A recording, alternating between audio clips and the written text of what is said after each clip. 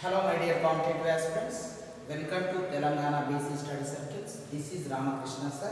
So, ఇప్పుడు మనం మాట్లాడుకోబోతున్న అంశం నాడీ వ్యవస్థ. ఇందులో స్పెసిఫిక్గా మనం పెరిఫెరల్ నర్వస్ సిస్టమ్ అనగా పరదీయ నాడీ వ్యవస్థ గురించి మాట్లాడుకుందాం.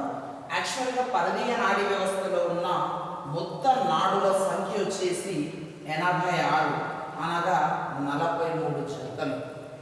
ఇలాంటి పరదీయ నాడీ వ్యవస్థలో ఉన్న 43 జతల నాడులు ఇవి తిరిగి 2 భాగాలుగా విభజింపబడతాయి. అందులో 12 జతల కపాల నాడులు, 31 జతల కశేరు నాడులు అనగా 12 pairs of cranial nerves and 31 pairs of spinal nerves. ఇవి ఇందులో ముఖ్యంగా 12 జతల కపాల నాడులలో అతిపెద్ద కపాల నాడి పేరు వేగస్ కపాల నాడి. ఇది 10వ కపాల నాడిగా పిలువబడుతుంది.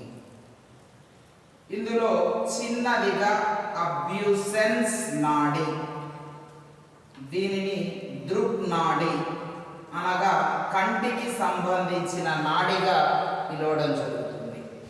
ఇక 31 జతల కశేరు నాడులు తిరిగి 3 భాగాలుగా విభజింపబడ్డాయి. ఇందులో జ్ఞాన నాడులు, సెన్సారీ నర్వ్స్, చాలక నాడులు, మోటార్ నర్వ్స్, మిక్స్డ్ నర్వ్స్, మిశ్రమ నాడులు.